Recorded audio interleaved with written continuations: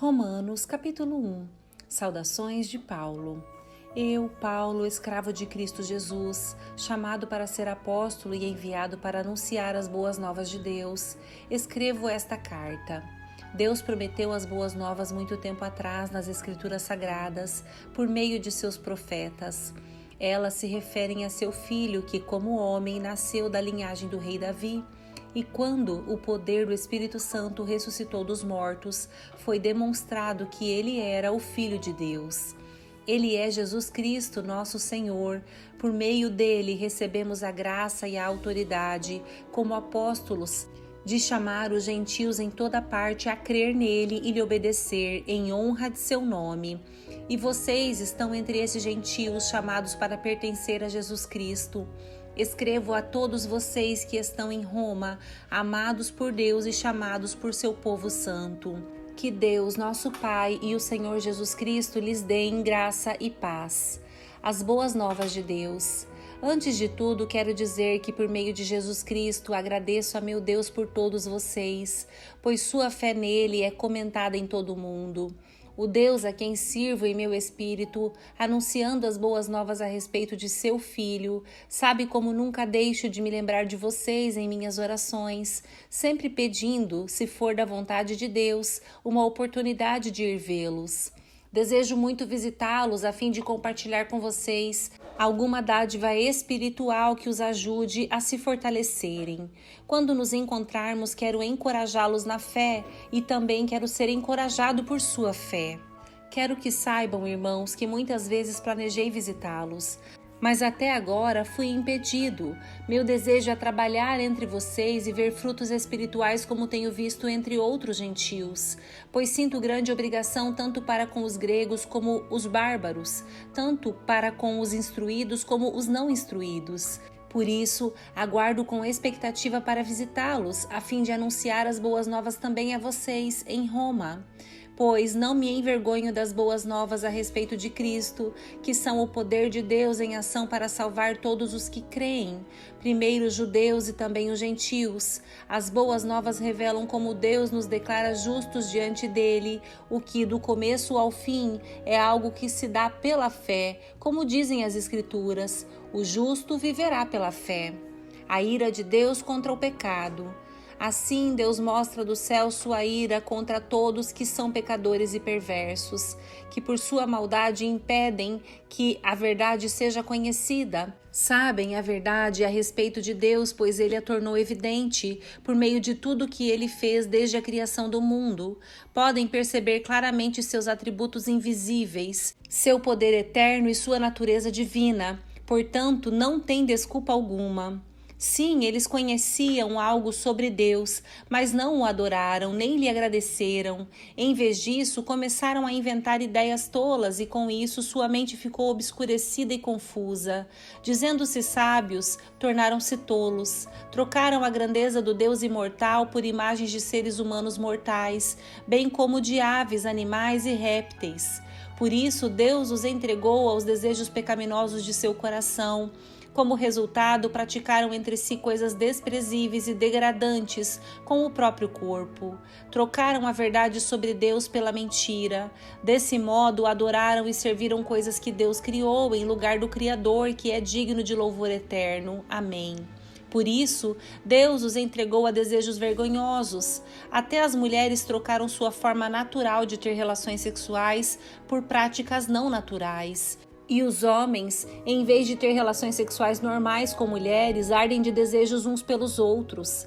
Homens praticaram atos indecentes com outros homens e, em decorrência desse pecado, sofreram em si mesmos o castigo que mereciam. Uma vez que consideraram que conhecer a Deus era algo inútil, o próprio Deus os entregou a um inútil modo de pensar, deixando que fizessem coisas que jamais deveriam ser feitas. A vida deles se encheu de toda espécie de perversidade, pecado, ganância, ódio, inveja, homicídio, discórdia, engano, malícia e fofocas. Espalham calúnias, odeiam a Deus, são insolentes, orgulhosos e arrogantes. Inventam novas maneiras de pecar e desobedecem a seus pais. Não têm entendimento, quebram suas promessas, não mostram afeição nem misericórdia. Sabem que, de acordo com a justiça de Deus, quem pratica essas coisas merece morrer, mas ainda assim continuam a praticá-las. E, o que é pior, incentivam outros a também fazê-lo. Romanos, capítulo 2. O julgamento de Deus. Talvez você pense que pode condenar esses indivíduos, mas é igual a eles e não tem desculpa. Quando diz que eles deveriam ser castigados, condena a si mesmo, porque você, que julga os outros, pratica as mesmas coisas. E sabemos que Deus, em sua justiça, castigará todos que praticam tais coisas. Uma vez que você julga outros por fazerem essas coisas, o que o leva a pensar que evitará o julgamento de Deus ao agir da mesma forma? Não percebe quanto Ele é bondoso, tolerante e paciente com você? Não vê que essas manifestações da bondade de Deus visam levá-lo ao arrependimento? Mas, por causa de seu coração rebelde, você se recusa a abandonar o pecado, acumulando ira sobre si mesmo. Pois o dia da ira se aproxima, quando o justo juízo de Deus se revelará.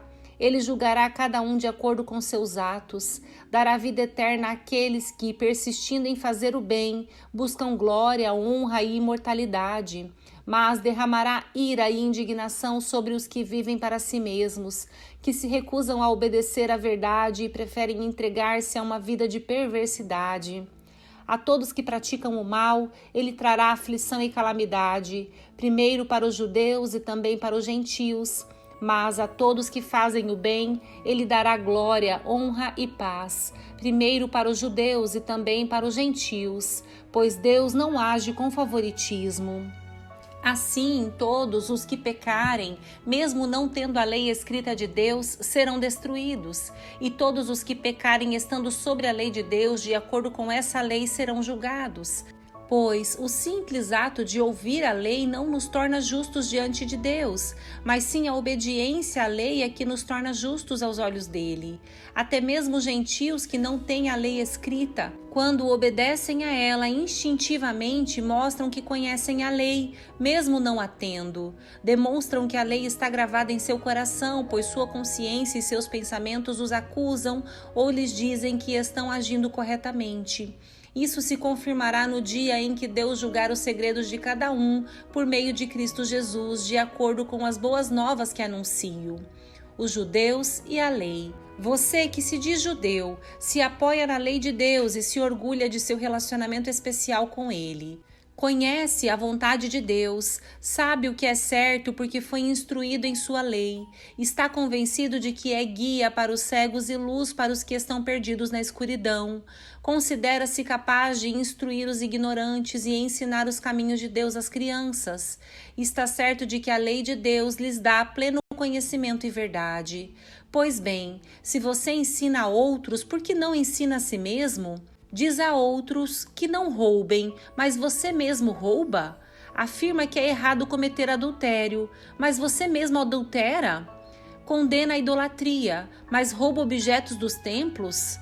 Você, que tanto se orgulha de conhecer a lei, desonra a Deus, desobedecendo a lei? Não é de admirar que as Escrituras digam: os gentios blasfemam o nome de Deus por causa de vocês. A prática judaica da circuncisão só tem valor se você obedece à lei de Deus. Mas se você, que é circuncidado, não obedece à lei de Deus, não é diferente de um gentio incircuncidado. E se os incircuncidados obedecerem à lei de Deus, acaso não serão também considerados circuncidados? De fato, os gentios incircuncidados que cumprem a lei de Deus condenarão você, judeu, que é circuncidado e tem a lei de Deus, mas não obedece a ela. Pois ser judeu exteriormente ou ser circuncidado não torna ninguém judeu de fato. Judeu verdadeiro é quem o é no íntimo, e circuncisão verdadeira é a do coração, feita pelo Espírito e não pela letra da lei, recebendo assim a aprovação de Deus e não das pessoas. Romanos capítulo 3. A fidelidade de Deus. Então, qual é a vantagem de ser judeu? A circuncisão tem algum valor? Sim, há muitos benefícios. Em primeiro lugar, aos judeus foi confiada toda a revelação de Deus. É verdade que alguns deles foram infiéis, mas isso significa que Deus será infiel? De maneira nenhuma. Ainda que todos sejam mentirosos, Deus é verdadeiro. E as Escrituras dizem a seu respeito: será provado que tens razão no que dizes e ganharás tua causa no juízo. Alguém pode dizer, mas nosso pecado não cumpre um bom propósito, ajudando os outros a verem como Deus é justo? Não é uma injustiça, portanto, Deus nos castigar? Estou seguindo o ponto de vista humano. Claro que não. Se fosse assim, como Deus poderia julgar o mundo? Alguém poderia argumentar ainda: mas por que Deus me condena como pecador se minha mentira ressalta sua verdade e lhe traz glória? E alguns até nos difamam afirmando que dizemos: quanto mais pecamos, melhor. Quem diz essas coisas merece condenação. Todos são pecadores. Pois bem, devemos concluir que nós, judeus, somos melhores que os outros? Não, de maneira nenhuma, pois já mostramos que todos, judeus ou gentios, estão sob o poder do pecado, como afirmam as Escrituras. Ninguém é justo, nenhum sequer, ninguém é sábio, ninguém busca a Deus. Todos se desviaram, todos se tornaram inúteis. Ninguém faz o bem, nenhum sequer. Sua conversa é repulsiva, como o odor de um túmulo aberto. Sua língua é cheia de mentiras. Veneno de serpentes goteja de seus lábios. Sua boca é cheia de maldição e amargura. Apressam-se em cometer homicídio. Por onde passam deixam destruição e sofrimento. Não sabem onde encontrar paz. Não têm o menor temor de Deus. É evidente que a lei se aplica àqueles a quem ela foi entregue, pois seu propósito é evitar desculpas e mostrar que todo o mundo é culpado diante de Deus, pois ninguém será declarado justo diante de Deus por fazer o que a lei ordena. A lei simplesmente mostra quanto somos pecadores. Cristo tomou sobre si nosso castigo. Agora, porém, conforme prometido na lei de Moisés e nos profetas, Deus nos mostrou como somos declarados justos diante dele sem as exigências da lei. Somos declarados justos diante de Deus por meio da fé em Jesus Cristo. E isso se aplica a todos que creem, sem nenhuma distinção. Pois todos pecaram e não alcançam o padrão da glória de Deus. Mas Ele, em sua graça, nos declara justos por meio de Cristo Jesus, que nos resgatou do castigo por nossos pecados. Deus apresentou Jesus como sacrifício pelo pecado, com o sangue que Ele derramou, mostrando assim sua justiça em favor dos que creem. No passado, Ele se conteve e não castigou os pecados antes cometidos, pois planejava revelar sua justiça no tempo presente. Com isso, Deus se mostrou justo, condenando o pecado, e justificador, declarando justo o pecador que crê em Jesus. Podemos então nos vangloriar de ter feito algo para sermos aceitos por Deus? Não, pois nossa absolvição não vem pela obediência à lei, mas pela fé. Portanto, somos declarados justos por meio da fé e não pela obediência à lei. Afinal, Deus é Deus apenas dos judeus? Não. É também dos gentios? Claro que sim. Existe um só Deus e Ele declara justos tanto os judeus como os gentios, somente pela fé. Então, se enfatizamos a fé, quer dizer que podemos abolir a lei? Claro que não. Na realidade, é só quando temos fé que cumprimos verdadeiramente a lei.